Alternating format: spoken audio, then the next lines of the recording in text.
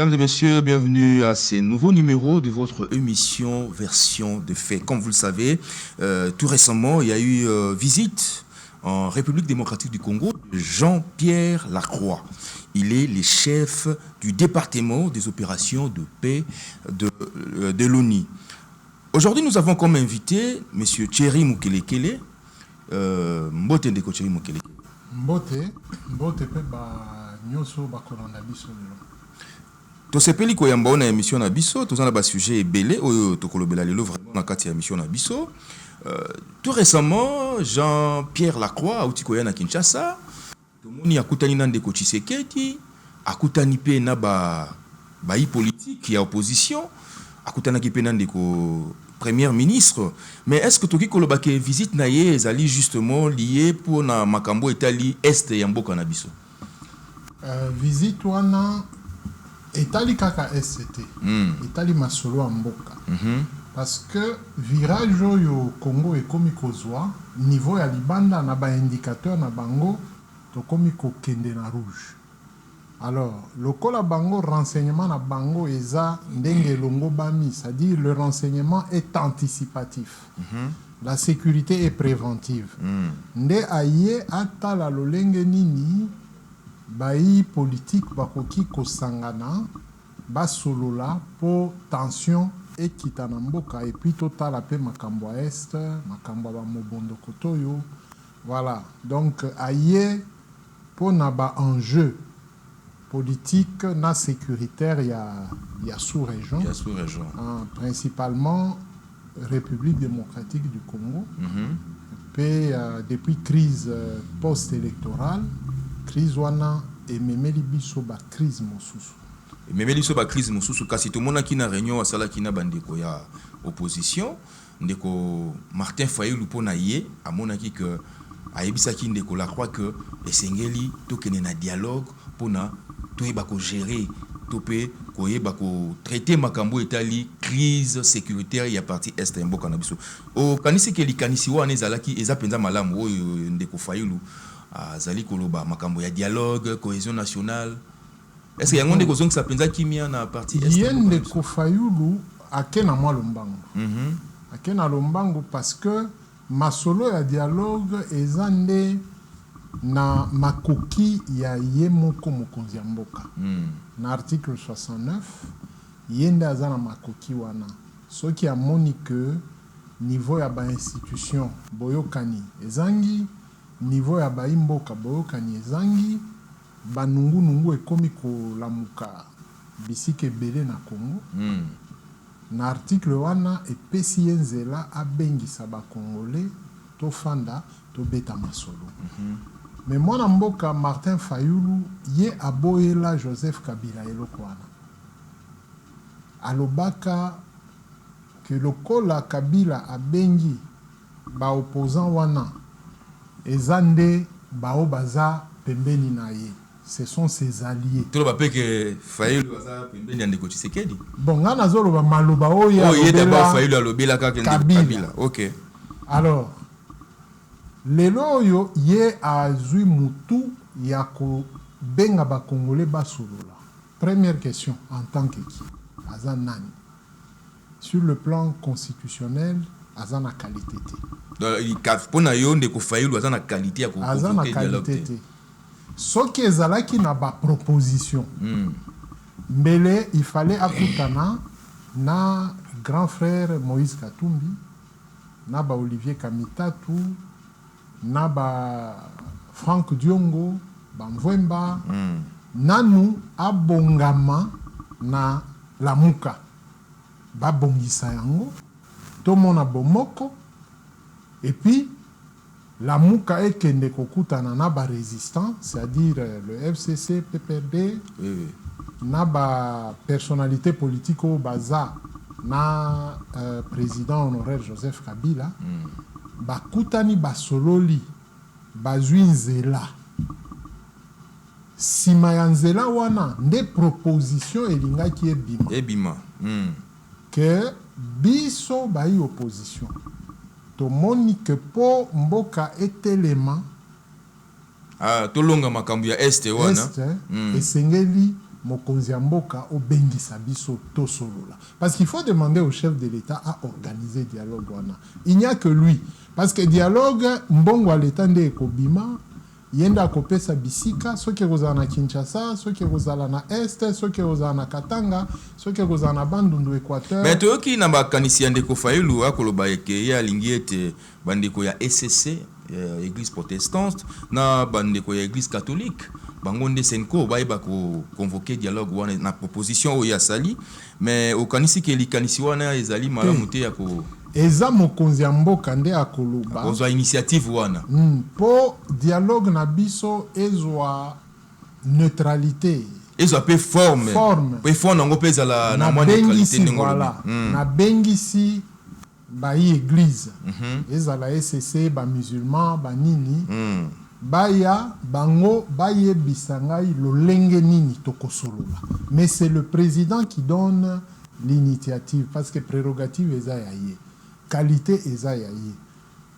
Kokende na SCC, kokende na nini Senko, ce n'est pas un problème, mais c'est le président oyo akopé sans zela. Mais que répondez-vous à ceux qui pensent que Ndeko Fayulu azali koluba ko légitimer actuel président de la République, oyo selon bandeko ya PPRD to FCC, balobi aza illégitime parce que ba élection oyo ya salisaki na 2023 awa ezalaki penza na mwa ba mikakatano ebele.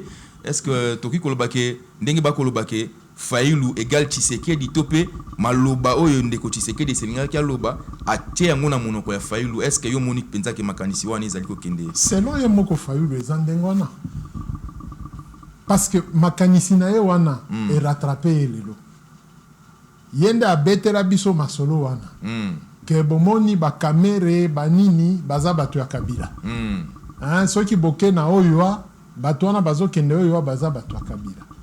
Et zongeli ye lisusu sikoyo yende il faut à expliquer boke senyeza wapi. Lelo oyo ake pa ya la croix a ebisi lolenge wana. Ce n'est pas l'Union européenne qui peut convoquer dialogue wana. Encore moins l'Union africaine ou Bandeko MONUSCO. Non. La seule personne habilitée à convoquer dialogue entre Congolais est Zakaka, président de la République. Parce que nous avons une constitution maintenant. Kalawana tozalaki na ba belligérance. OK. Belligérance wana e boti constitution oyo. Et puis constitution et zuipe ba loi organique pour nako soutenir yango. Donc lelo lokola quoique ba élection ezalaki mal organisée. Mais nous sommes tombés sur un fait de droit. Cour constitutionnelle est proclamé président de la République Félix Tshisekedi. Nous sommes dans un fait de droit. Congolais nyonso à s'incliner. Bomoni Tina Moïse Katumbi s'est incliné. Tina ba résistant ba lobby, ok, à Konza. Mais nous gardons la résistance. Donc mutu nyonso animeli position à cour constitutionnelle. C'est-à-dire que lui, en tant que garant de la nation, qui a eu 73%, ça dit que les Congolais n'y sont pas. Mais tout le monde qui a interviewé à cela qui n'a ndeko Christian Lusakwe no ndeko Tshisekedi alobaki clairement que ye azalaki prêt pour na dialoguer à sololana bandeko pour na makambo taliba élection, mais akamwa qui quand même moi résistance ya bandeko amonaki que Moïse Katumbi non on les a makanisi. On les a makanisi. Le chef de l'État pose des actes. Totikala komona te acte oyo ordonnance loi convoquant le dialogue Batubaboy.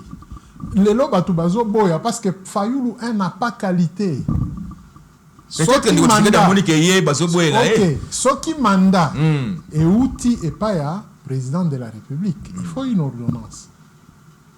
Il faut une ordonnance. Moi, Félix Tshisekedi. Mais est-ce que vous pensez que Ndeko Tshisekedi azali prêt ya ko dialoguer le lona bandeko ya opposition to pena bandeko ya ba résistant? Non, parce que mandat na ye o tuko bandaka kala mingi te le dialogue na lolenge ya masolo ndenge bangala balobaka, le dialogue s'impose.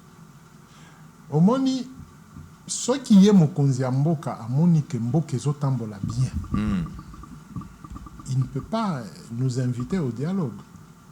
Mais ce qui peut alandi ba Congolais, bakoebisa ye que tokoti na tribalisme biloko emati talo tozo comprendre te mobondo atelemi insécurité ko makasi insécurité ba nini kuluna ba changer système na bango boy na enlèvement pe comme ebele donc une partie pe mboka occupé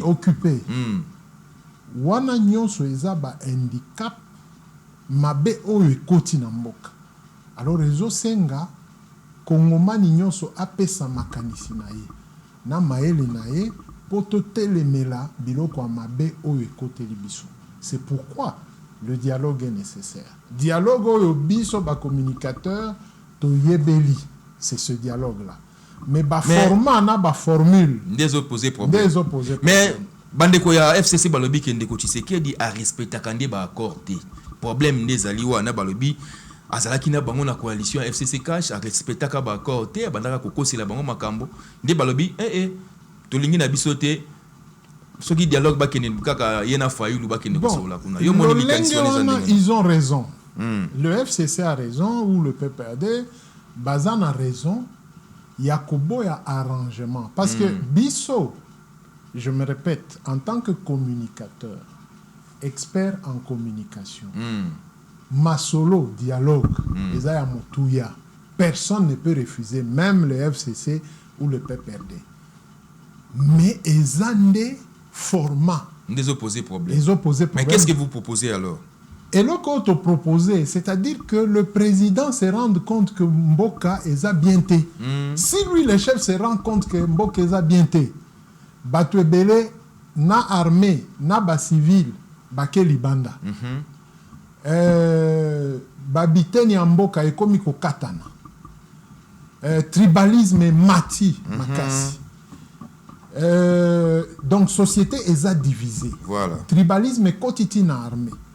Si le chef de l'État réalise Babilo Koana, ça sera à lui de convoquer le dialogue. Vous comprenez? Ce qui est Kouta et Panaye n'a pas fondement que Masolo Yonga Nalingito Betana Bino Bakongomani, c'est sur le tribalisme. Comment to buka tribalisme? Comment to sala insécurité?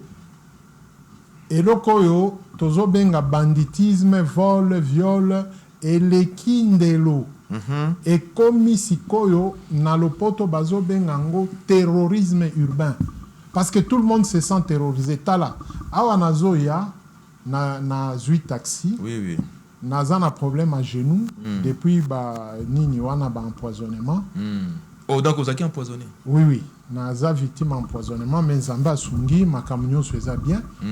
Sauf que Nazo Bundande na to ya sucre na no élevé. Na mati taxi, maman moko azaki na katikati akiti. Tango mutu moko alingi amata, nga na kiti. Na ebisiye, limbisa ngai naza na problème ba genou. Ya yo kite. Tango akoti kaka na mutuka. Akanisa ike nga nazo kende. Tango amoni nga na koti. Papa, ndenge nini?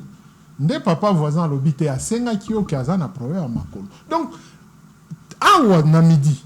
Donc en plein jour mutoazo banga nde konaye Congo. Donc c'est-à-dire que mboka kotambola penza malamu. Mpona kosenga to landa nano élément oyo ya ndeko Fayulu na ndeko Shadari réunion basala kina ndeko Lacroix na siège ya Monisco.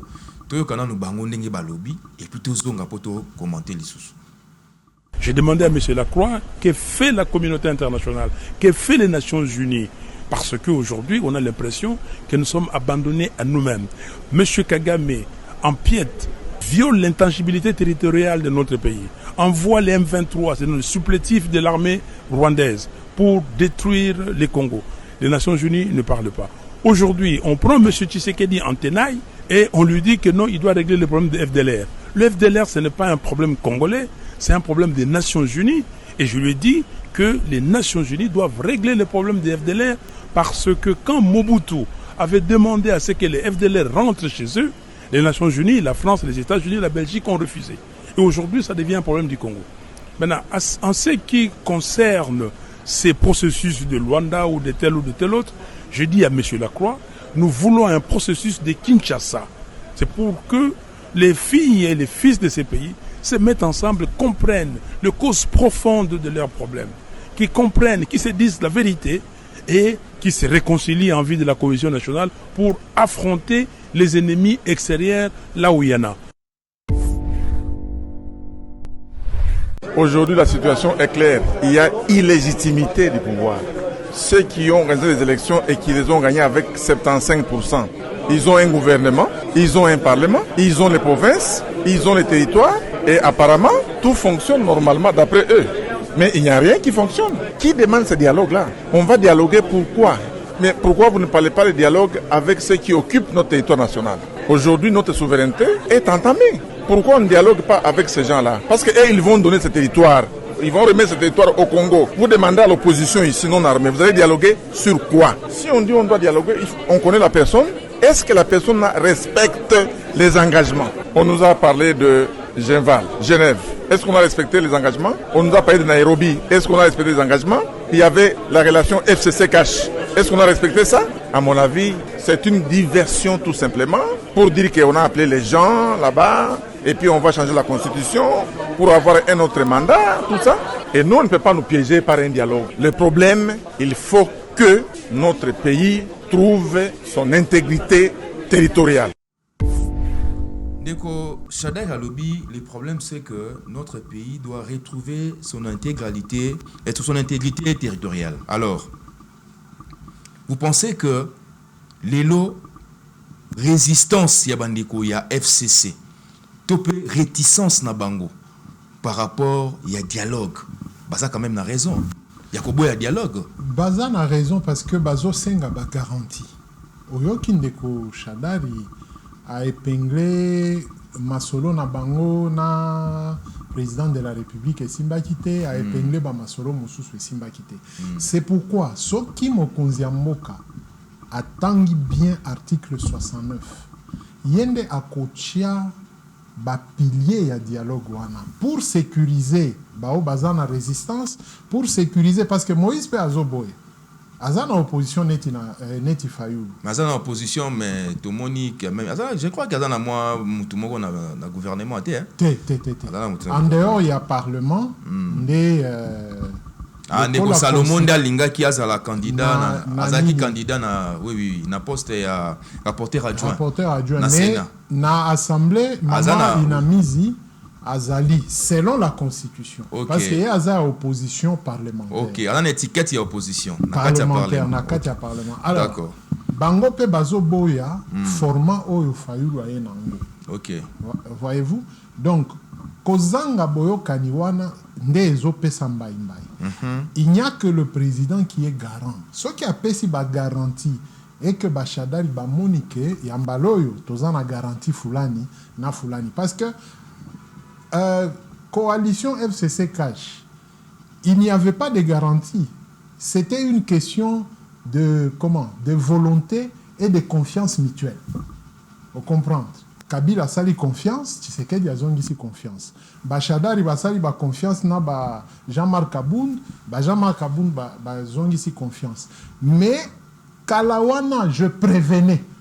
Je disais que coalition sans cohabitation est copalangana. Je l'ai dit il y a longtemps.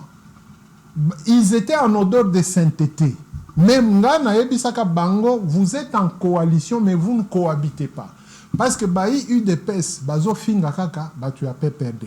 Mais tous vous êtes au pouvoir. Tango Bakabwani, Moïse Katumbi Aye, j'ai averti que attention, Moïse Katumbi Ekosimbate. Voilà. Comment est-ce que quelqu'un vient vous sauver? Le col allié Nabino. Mais Bozo Fingaye, vous ne le considérez pas. Et Palangani. Alors tout ça, ça crée un présent na makambwa dialogue. Mais tout le monde même matin na kati ya sacré boyo kanizalité. D'ailleurs tous en élément moto Rolanda Kalamingité awa. Bandeko ya union sacrée bango bakomi déjà ko lemba. Bakomi déjà koyo kanate na makambo etali peut-être partage ya gâteau. Donc tout le monde indeko baati asali ba déclaration pe kuna koloba ete malgré nombre de députés ou yazali na yango mais azui kaka poste kaka bemi balé et puis azali ko se lamenter, azali ko s'inquiéter que le baé était démocratie ezalité na kati ya union sacrée. Voilà. Makamunyo swana nde ezo sala que Congo ezo kende bien te. OK. Le FCC bar union sacrée. Bango bakanisaki que le kola basali mbeba et pas ya Kabila et pas ya Tshisekedi bakozwa ba avantage. Alors que pas ya Tshisekedi yepe azana batu, UDPS azana batu ebele. Vous comprenez? Oh baza pe na posa ya kosala baluka pe alors mosolo. En entendant bao ba supportaka ba apuyaka UDPS libanda ya mboka bango pe batelemelaki. OK. Et eux ils ont été plus avantagés que UDPS en interne. Si ko UDPS en interne a komi kofuta talo ya makasi likolo ya batuya FCC bar union sacrée. Bango nde bakomi kozwa ba ebonga. Alors tout ça ba frustration na ekomi ebele. Sikoyo makambo ya Bahati Lukwebo. Bon, je ne veux pas être son avocat mais waneza ba principe yo depuis même la majorité à Kabila. Hein, ba calcul wana ya nombre ba députés nde nombre ba ministres eza mwakala. Mais cette fois-ci union sacrée est respectée en côté.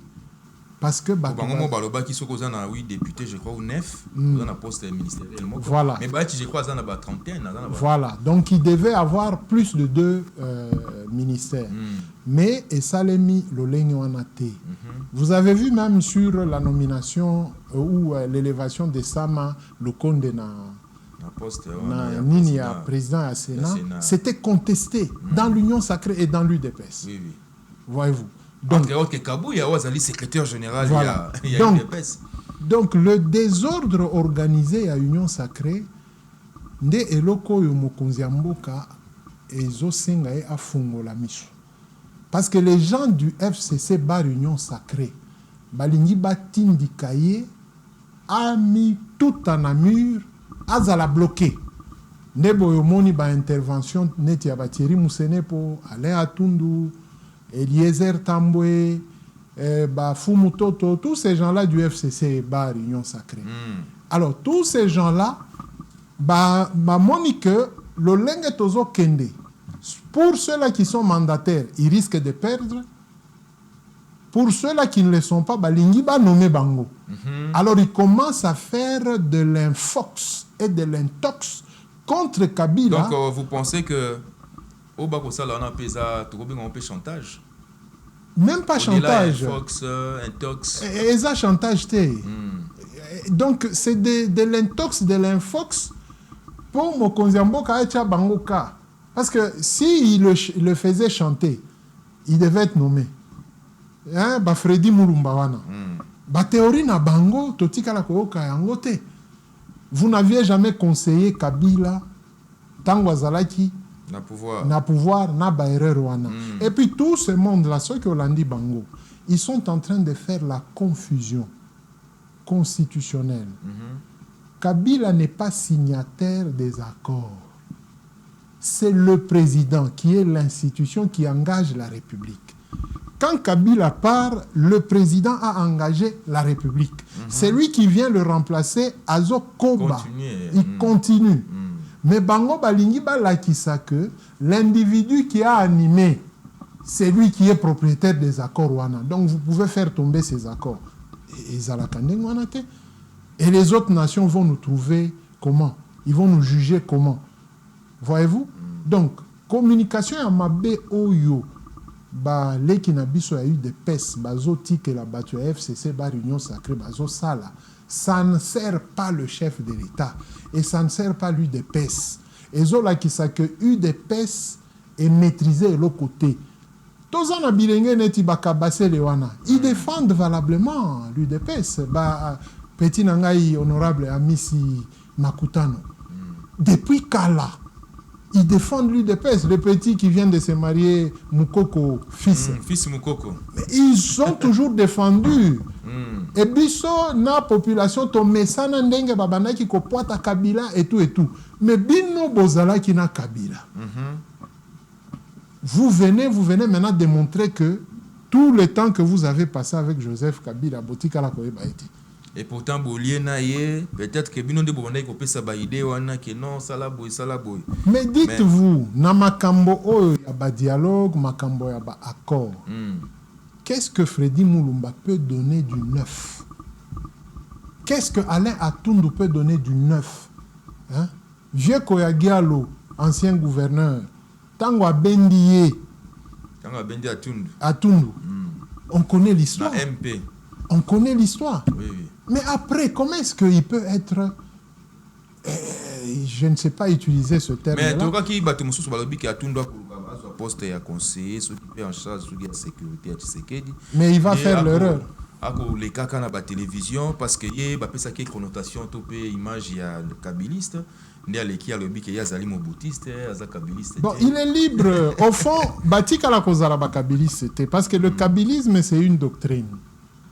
Mais il y a ceux de la doctrine de Mobutu, les mobutistes, ils s'étaient convertis dans le kabylisme.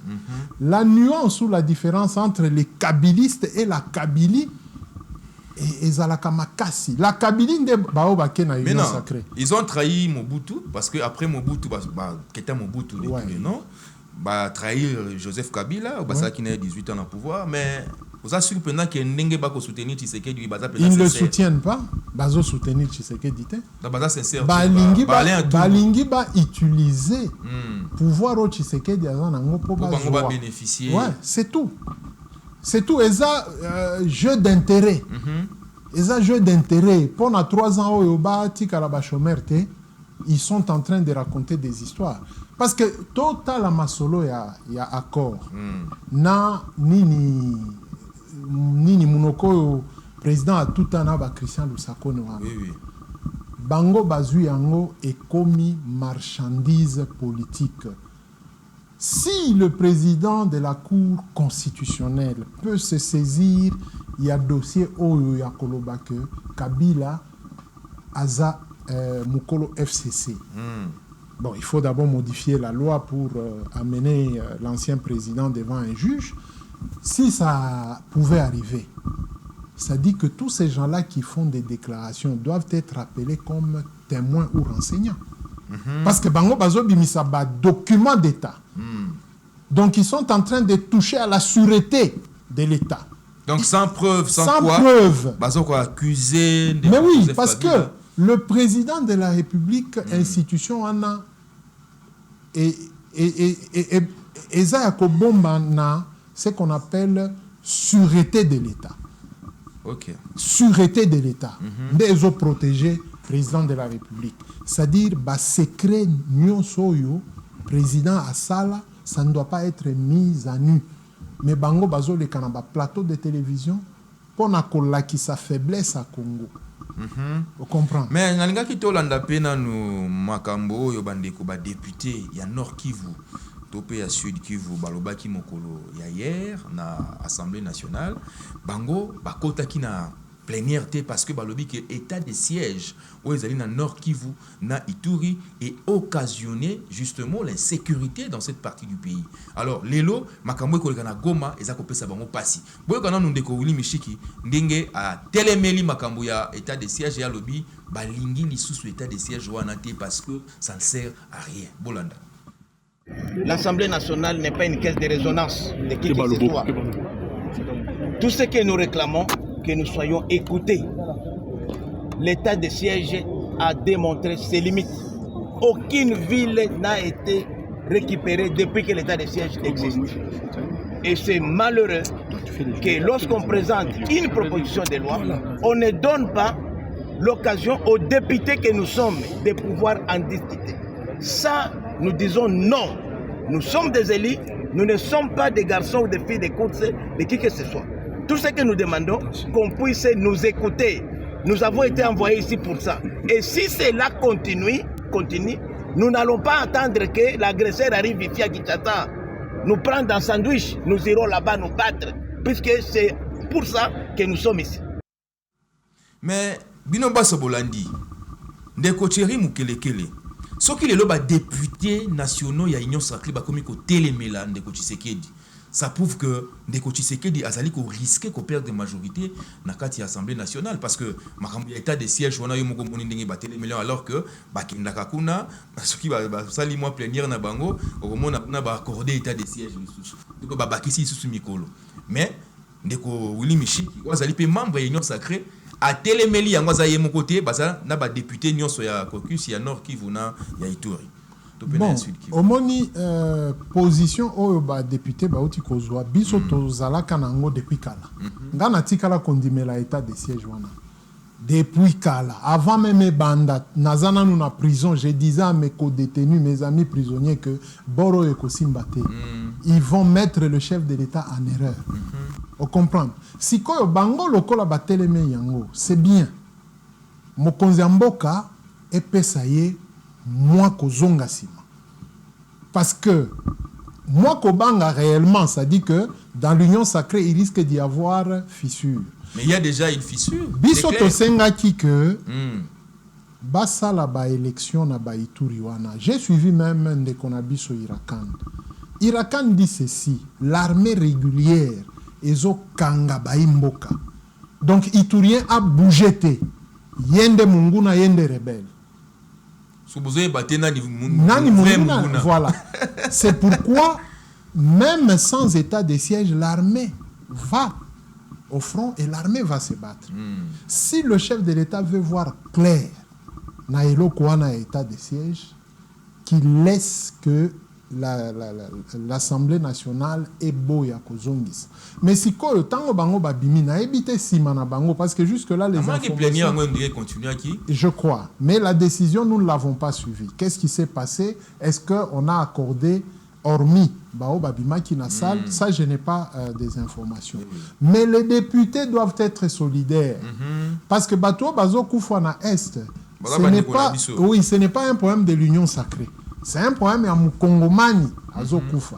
Alors, le col à député à Ituri, na député à Nord Kivu, à Telemili Yango, il faudrait que tous les députés appuient le Kwana, qu'on arrête l'état de siège, qu'on organise les élections dans la province Wana et qu'on laisse maintenant l'autorité civile à organiser dans nous administration civile. Parce que ce qui crée encore l'insécurité, c'est le manque d'organisation.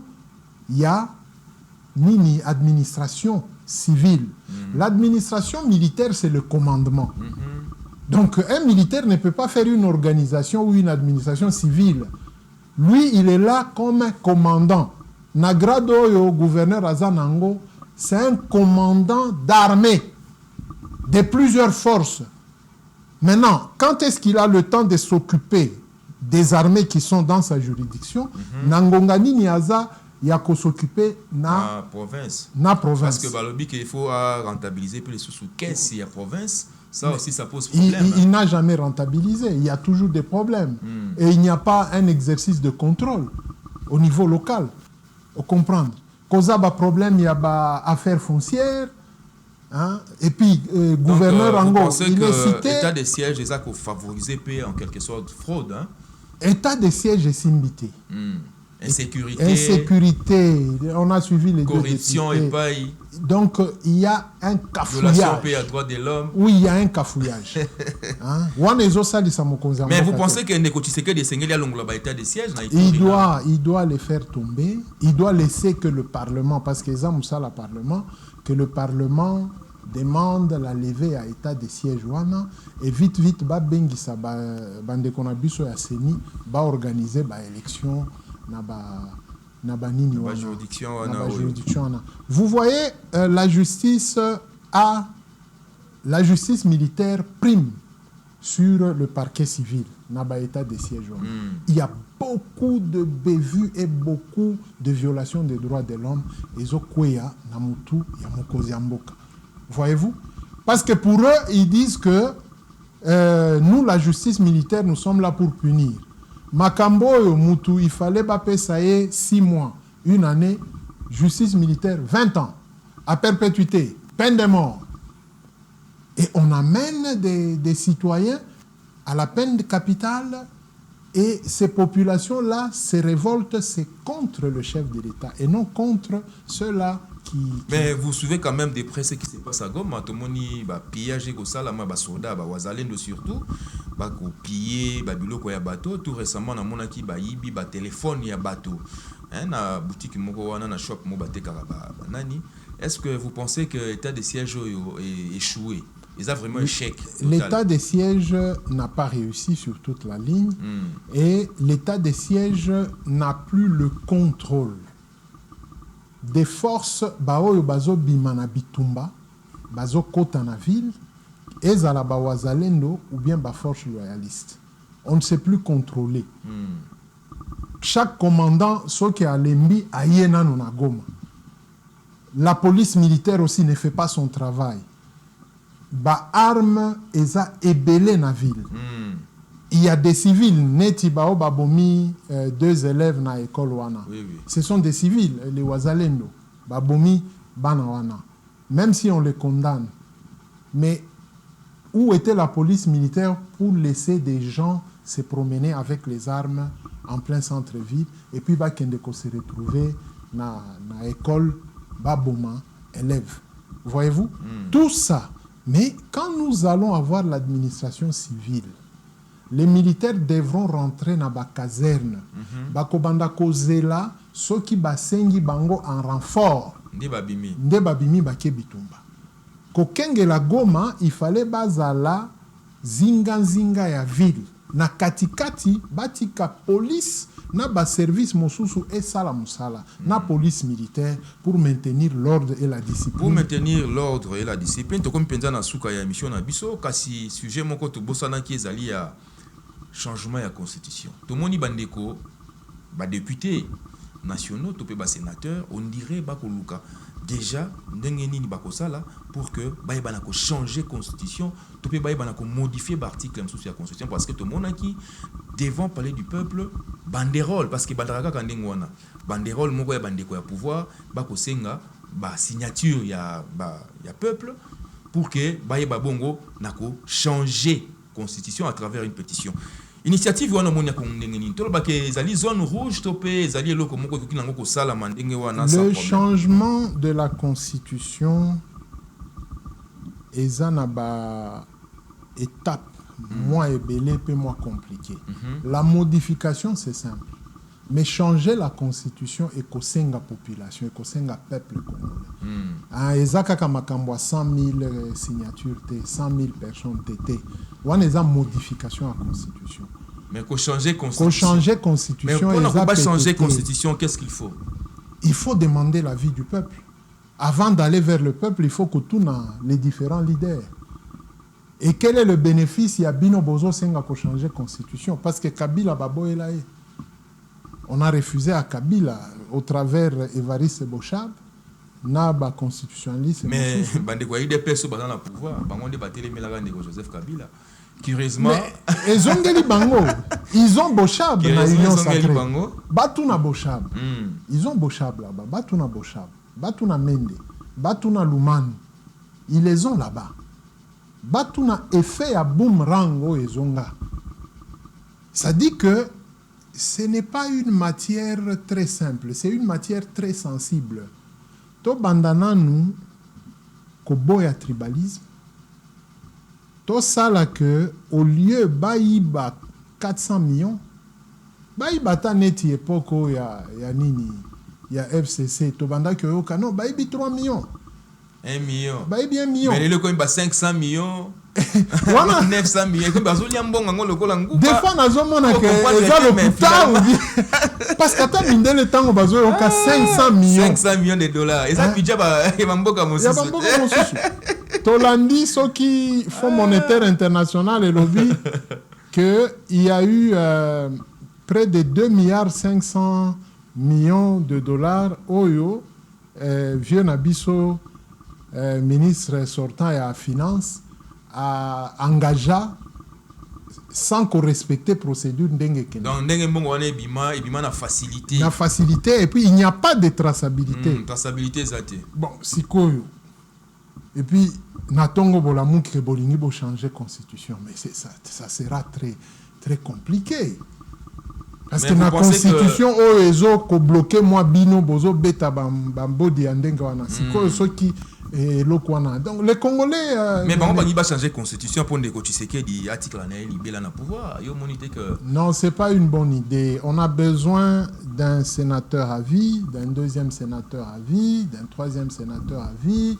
Neti tozomona na bamboka mosusu. Si dans 5 ans, 10 ans et que à cause de makasi neti Donald Trump, il pourrait revenir.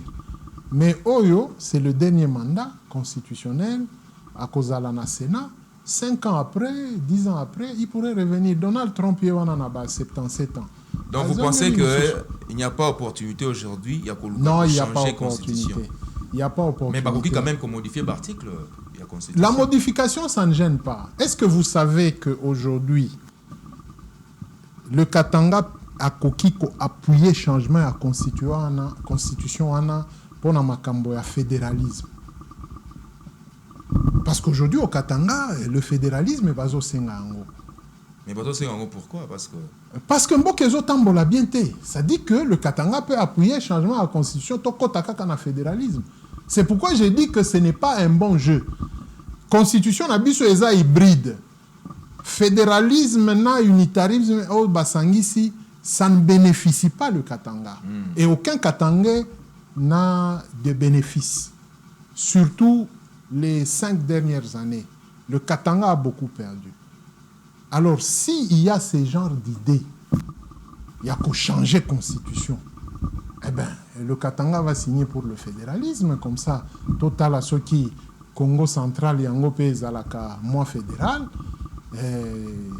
Nord Kivu yango pe bazalaka moi fédéral, total à ba région mosusu ceux qui ba kondimato kende na République fédérale du Congo. Est-ce que vous pensez vraiment que le fédéralisme que peut-être la province mosusu s'est développée rapidement? C'est pourquoi nous disons que bazo banga fédéralisme batika jewana. Il y a modification. Changement. Modification, il faut changer l'article. Mais l'article verrouillé, il va toucher Penza l'article verrouillé, mandat il y a président par exemple. Si ekobuka au Saturne sur la constitution, makamunyo sur Sand City ekokoya na mai. Les Kyungu à Kumwanzakati ils sont allés à Sand City. Les Charles Mwando quand ils sont allés à Sand City, c'était des fédéralistes avérés. Mais ba négocier na bango po bandimela que tokende na hybride oyo po makambwana yate. Mais si ko bolingi charpente union sur la Sand City ekweya. Mais écoutez, mais conseil ni ngopé ça na bande quoi aussi c'est qu'ils arrêtent makambwana, il y a koluka ko changer constitution, s'ils veulent modifier certains articles, va toucher ango, mais les articles verrouillés qui ne touchent pas, que la majorité au pouvoir arrête cette histoire d'arrêter les 7 Kikouni au propos oui. Cette Kikouni n'est pas Katangé, il va soulever quel Katangé. Et ça que dictature ça makasi na régime. Bon, moi je pense que ce sont des erreurs politiques qu'il faut laisser makambo ya ba 7 Kikouni.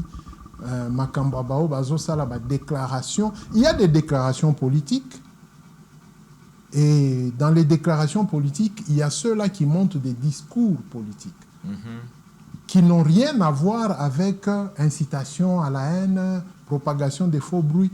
Wana est commis politique et commis kozwa ba article ya ba loi pour contraindre et coincer les gens. Non. Et puis pourquoi le parquet Alanda Kipe Makambwana, le parquet ne l'avait jamais invité pour une instruction, a expliqué bien à parquet à propos oyo à teniraki na nini et qu'il donne toute la vidéo parce qu'apparemment on a coupé seulement Kiteni wana bisika oyo azolo ba makambo katanga, mais qu'on donne toute la vidéo ba yeba logique nini et komisa qui est atanga katanga. Donc en tout ça, ceux-là qui sont Libanda, Mokonzi Mboka a signé ordonnance, a signé na bakongomani nyonso bazonga, total à l'olenge nini nous pouvons faire avancer le pays. En tout cas, Topesio, merci beaucoup Ndenge Ndima qui invitation à Bisso ou Taïkolba avec ozalaki empoisonné toyebi ke bato bakolanda biso bato pe ya mitema malamu bayali mais ka kopesa bango numéro na yo peut-être bakoki pe kosunga yo pe mpona continuer kolanda batraitement. Merci. Napesi nanu mbote na bandeko na ngai ya prison militaire Andolo, mes compagnons de lutte. Je ne vous ai pas abandonné. Tokoloba, mokonzi ya mboka aza na mutema, il finira par nous écouter. Il va vous rendre visite. Bao bakoza na chance, bakobika na nzela ya libération. Lokola ministre Mutamba bandi makambo ba libération conditionnelle, atala pe bandeko na biso ya prison militaire Andolo. Pour le numéro Nangai, c'est le 099 70 32 127. 099 70 32 127. Na 083 108 13 07. 083 108 13 07. Certainement, je ne suis pas encore bien au point. Le Kola Ndekonanga Outi Koloba. Donc, votre apport et votre soutien me sera vraiment de grand utile et merci d'avance pour Nabao Nyonso bako se rappeler pour Nangai. Merci beaucoup ndeko Thierry Mukelekele na ngai kaka nayebisa ba kongomani ete to linga mboka na biso Congo parce que à part mboka oyo tozali na mboka mosusu te bandeko ba kongomani totika kofingana na ba réseaux sociaux parce que ça ne sert à rien to luka ndenge nini tokosala pour que to développer mboka na biso bandeko na biso bozali na poto boluka pe moyen ko investir na mboka na biso bien que pour l'instant en tout cas moins sécurité zali moi nini mais zaka kamboka na biso esengeli na biso to linga yango ezali nango natina moko te to kwa kuna ke onde ko Maria Tumba akoswana nande ko Israël Mutombo ezali makambo ya soni totika makambo wana ndeko Denise Dissochoa to pende ko dinosaure to pende ko Jakindala ça ne sert à rien ya ko bundaka na ba réseaux sociaux parce que Congo ezali na posa to sangana pour que mboka oyo ekende liboso. Natoni no botondi ndenge bolandi biso. Merci beaucoup na ndenge bolandi biso. Tono na bongo na mikolo mizali koya. Au revoir.